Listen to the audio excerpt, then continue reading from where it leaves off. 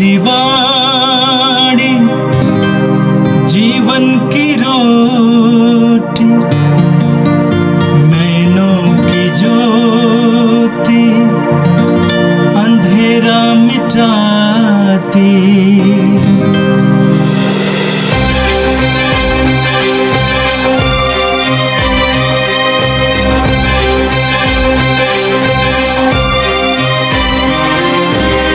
प्रभु तेरी वाणी जीवन की रोटी, नैनों की ज्योति अंधेरा मिटाती।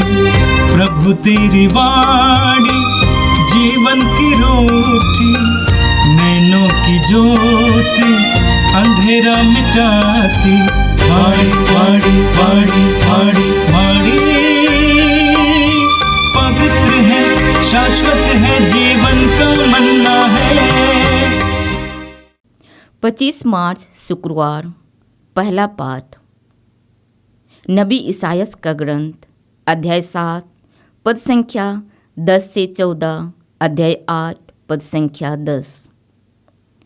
प्रभु ने फिर आहाज से यह कहा, चाहे अधोलोक की गहराई से हो, चाहे आकाश की ऊंचाई से, अपने प्रभु ईश्वर से अपने लिए एक चिन्ह मांगो। आहाज ने उत्तर दिया, जी नहीं, मैं प्रभु की परीक्षा नहीं लूँगा। इस पर उसने कहा, दाऊद के वंश, मेरी बात सुनो। क्या मनुष्यों को तंग करना तुम्हारे लिए पर्याप्त नहीं है, जो तुम ईश्वर की धैर्य की भी परीक्षा लेना चाहते हो? प्रभु स्वयं तुम्हें एक चिन्ह देगा, और वह यह है, एक कुंवारी गर्भवती है, वह एक पुत्र को प्रसव करेंगी और उसका नाम इमानुएल रखेंगी। योजना बनाओ, वह असफल होगी, विचार विमर्श करो, वह व्यर्थ होगा, क्योंकि ईश्वर हमारे साथ है। यह प्रभु की वाणी है। संत लूकस के अनुसार आज का पवित्र सुसमाचार, अध्याय 1 वाक्यांश 26 से 38 तक। छठे महीने स्वर्गदूत गब्रिएल ईश्वर की ओर से गलीलिया के नाजरेत नामक नगर में एक कुंवारी के पास भेजा गया, जिसकी मंगनी दाऊद के घराने के यूसुफ नामक पुरुष से हुई थी, और उस कुंवारी का नाम था मरियम। स्वर्गदूत ने उसके यहाँ अंदर आकर उससे कहा, प्रणाम प्रभु की कृपा पात्री, प्रभु आपके साथ हैं। वह इन शब्दों से घबरा गई और मन में सोचती रही कि इस प्रणाम का अभिप्राय क्या है। तब स्वर्गदूत ने उससे कहा, मरियम, डरिए नहीं, आपको ईश्वर की कृपा प्राप्त है। देखिए, आप गर्भवती होंगी, पुत्र प्रसव करेंगी और उनका नाम ईसा रखेंगे। वे महान होंगे और सर्वोच्च प्रभु के पुत्र कहलाएंगे। प्रभु ईश्वर उन्हें उनके पिता दाऊद का सिंहासन प्रदान करेगा। वे याकूब के घराने पर सदा सर्वदा राज्य करेंगे और उनके राज्य का अंत नहीं होगा। पर मरियम ने स्वर्गदूत से कहा, यह कैसे हो सकता है? मेरा तो पुरुष से संसर्ग नहीं है। स्वर्गदूत ने उत्तर दिया, पवित्र आत्मा आप पर उतरेगा और सर्वोच्च प्रभु की शक्ति की छाया आप पर पड़ेगी। इसलिए जो आपसे उत्पन्न होंगे वे पवित्र होंगे और ईश्वर के पुत्र कहलाएंगे। देखिए, बुढ़ापे में आपकी कुटुंबनी एलिजाबेथ के भी पुत्र होने वाला है। अब उसका जो बांझ कहलाती थी, 6ठा महीना हो रहा है, क्योंकि ईश्वर के लिए कुछ भी असंभव नहीं है।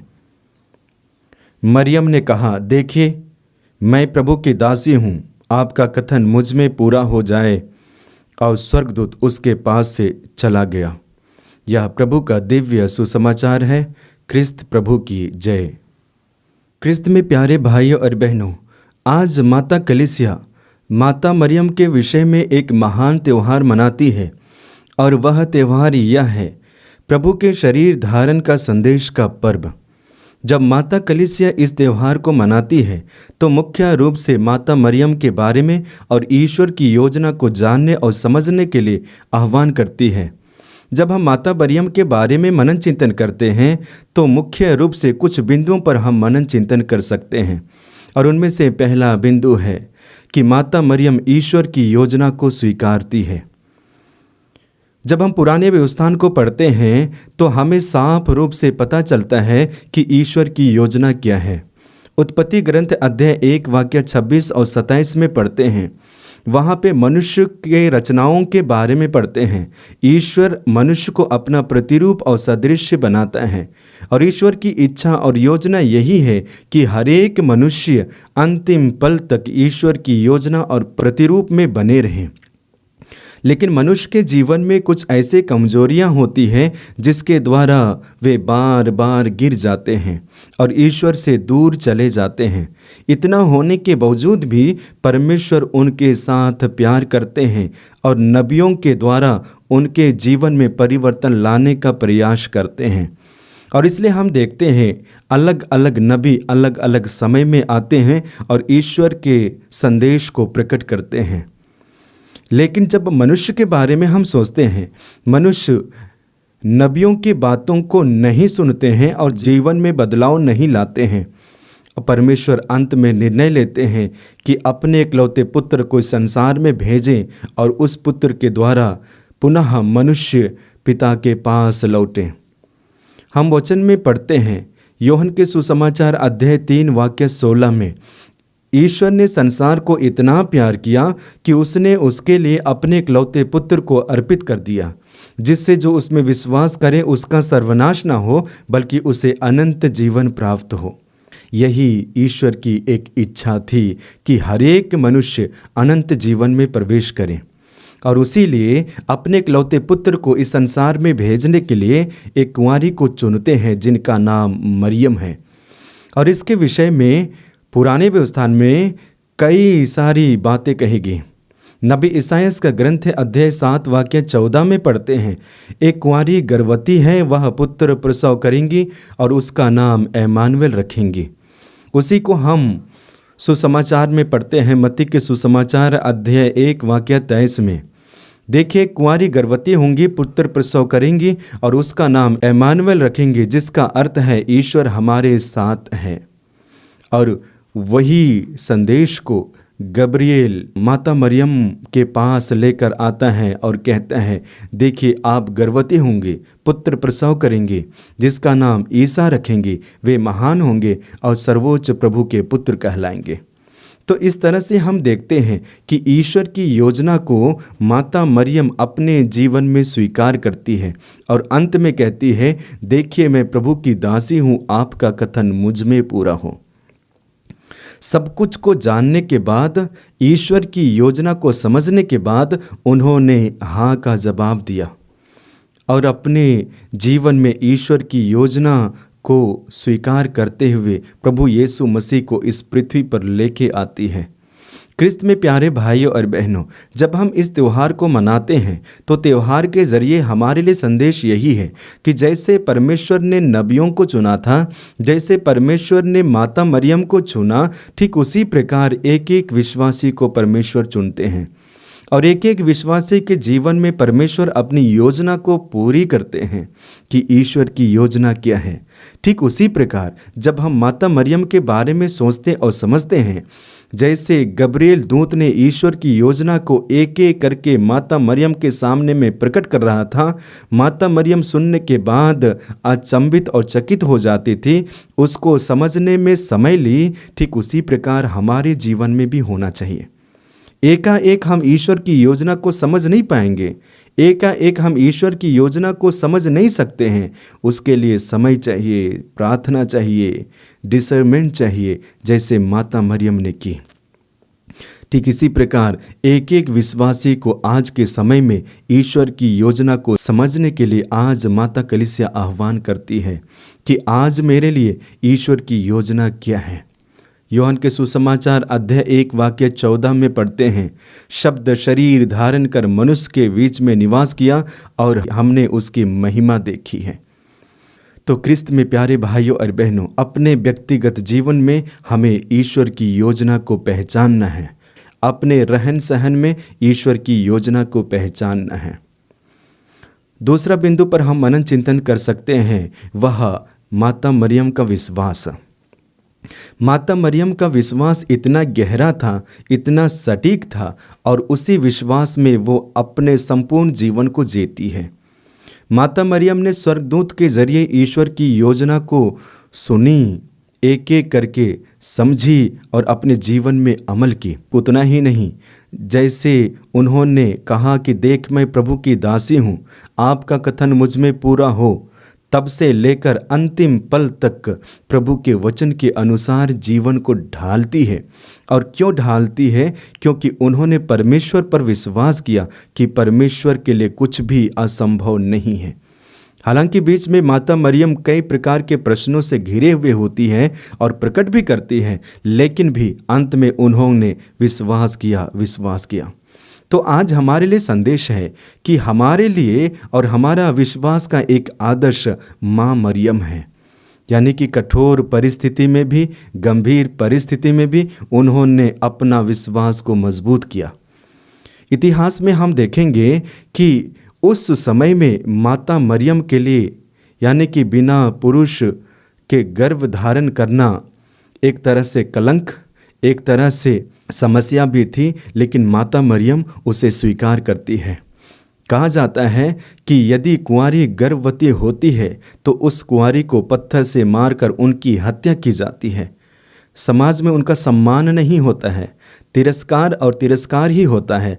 ऐसे परिस्थिति में माता मरियम ने समाज की परिस्थिति को नहीं देखी, समाज की समस्या को नहीं देखी, बल्कि परमेश्वर की ओर नज़रों को उठाई, परमेश्वर पर विश्वास की।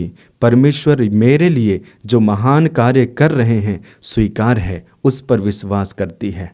ठीक इसी प्रकार आपको और मुझको आज हमें व्यक्तिगत जीवन में विश्वास में दिन प्रतिदिन बढ़ने की आवश्यकता है, और माता मरियम हमारे लिए एक आदर्श है। तीसरा बिंदु पर मनन चिंतन कर सकते हैं, और वह यह है, माता मरियम अपने आप को नम्र करती है, विनीत बनाती है। इसके बारे में वचन में हम पढ़ते हैं, लूकस के सुसमाचार अध्याय 1 वाक्य 38 में माता मरियम ने कहा, देख मैं प्रभु की दासी हूँ, आपका कथन मुझ में पूरा हो। और इससे पहले यदि हम देखेंगे, विशेष करके लूकस के सुसमाचार अध्याय 1 वाक्य 28 में स्वर्गदूत गब्रिएल माता मरियम के पास आता है और इस प्रकार अभिवादन करता है, प्रणाम प्रभु की कृपा पात्री, प्रभु आपके साथ है। प्रणाम प्रभु कृपा पात्री, प्रभु आपके साथ है। इतना होने के बावजूद भी माता मरियम अपने आप को नम्र करती है।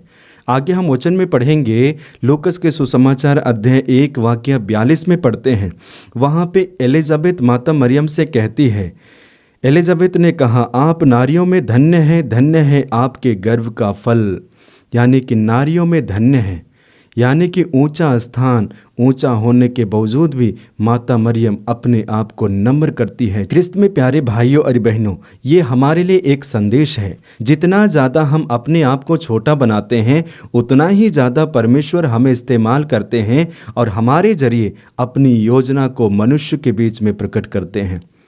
संपूर्ण बाइबल में जब हम पढ़ेंगे, परमेश्वर छोटे छोटे चीज़ों का इस्तेमाल करते हैं, और उन लोगों का जो नम्र होते हैं, विनीत होते हैं, उनका पूरा पूरा इस्तेमाल करते हैं और उनके जरिए अपनी योजना को मनुष्य के बीच में प्रकट करते हैं।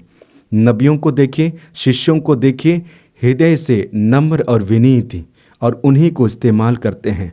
ठीक उसी प्रकार परमेश्वर ने आज आपको चुना है, और इसलिए चुना है ताकि आप नम्र बने और आपके द्वारा ईश्वर अपनी योजना को मनुष्य के बीच में फैलाए, प्रकट करें। वचन में हम पढ़ते हैं, सिर्फ माता मरियम ही नम्र नहीं बनती है, बल्कि माता मरियम के द्वारा जो उत्पन्न हुए यीशु मसीह भी नम्र बनते हैं। वचन में हम पढ़ते हैं, फिलिपियों के नाम पत्र अध्याय 2 वाक्य 6 और 7 में वचन इस प्रकार है, वह वास्तव में ईश्वर थे और उनको पूरा पूरा अधिकार था कि वह ईश्वर की बराबरी करें, फिर भी उन्होंने दास का रूप धारण कर तथा मनुष्य के समान बनकर अपने को दीनहीन बना लिया। ईश्वर का बराबरी कर सकता था, फिर भी उन्होंने नहीं किया, बल्कि अपने आप को दीनहीन बना दिया। और आगे वचन में पढ़ेंगे, और इसलिए परमेश्वर ने उनका नाम ऊंचा रखा। तो ठीक उसी प्रकार माता मरियम जब अपने आप को नम्र बनाई, परमेश्वर ने महान बनाया। आज आपके लिए परमेश्वर की ओर से संदेश है कि आप अपने आप को नम्र बनाएं और परमेश्वर आपको ऊंचा उठाएगा।